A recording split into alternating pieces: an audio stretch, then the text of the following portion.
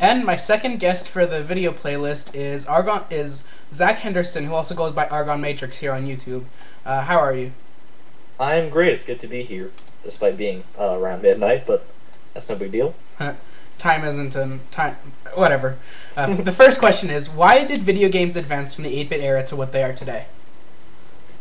Why? Is probably because just so many people got into it and people realized how big of an industry it was becoming, so they thought like, well, we got to make it better than this 8-bit stuff, and the 8-bit stuff wasn't bad by any means, but they just it just advanced along like anything else would, I guess, except Yeah. it's probably a lot faster due to the technology available. Yeah. Do you think it makes the video games any better? Um, to an extent, yes. Like it with all the more powerful technology, they can make games a lot more elaborate. But the graphics themselves, like speaking just from 8-bit to like what we have today, I don't think that makes as huge of a difference. Like it makes it easier to convey certain things, like Yeah. via cutscenes and stuff. But as long as the gameplay is good, which it can be, that's a completely subjective thing. I don't think it really matters. But Well, ultimately, yes, I do think it made games have improved yeah. over Like when time. when you look at an example like Super Mario Galaxy 2, that's a lot better than the original Super Mario Bros. In my opinion. Yeah, that's very true. Which But is why, like, because all the things they have available now. yeah. But then cutscene wise, I think Ninja Gaiden had some of the best cutscenes with just the still pictures. That's true, yeah, but still some, I don't know. I guess cutscenes are also pretty subjective. But, Yeah. Do you think it's just for the aesthetics of the game, or does it actually add to the gameplay?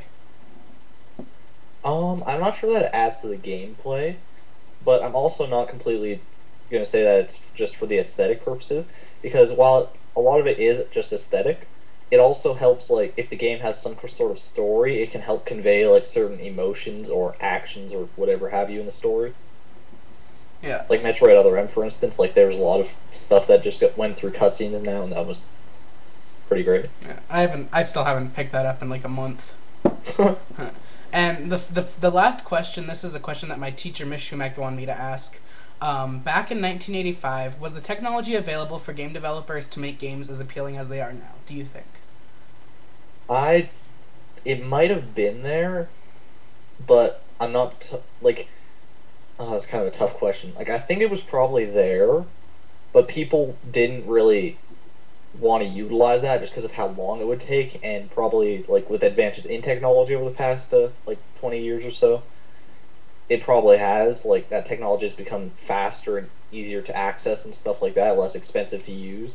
But back then, when video games were like just barely starting, like still it wasn't as huge of a conglomerate as it is now. People didn't want to like waste all that time and energy into making something as elaborate as we see today. They would just make like short little things, short and sweet, like Mario Brothers or those arcade games, Yeah. Galaga, stuff like that. Well, that was the last question. Thanks for doing this. Not a problem, anytime. Yep. And I guess that's the end of this video.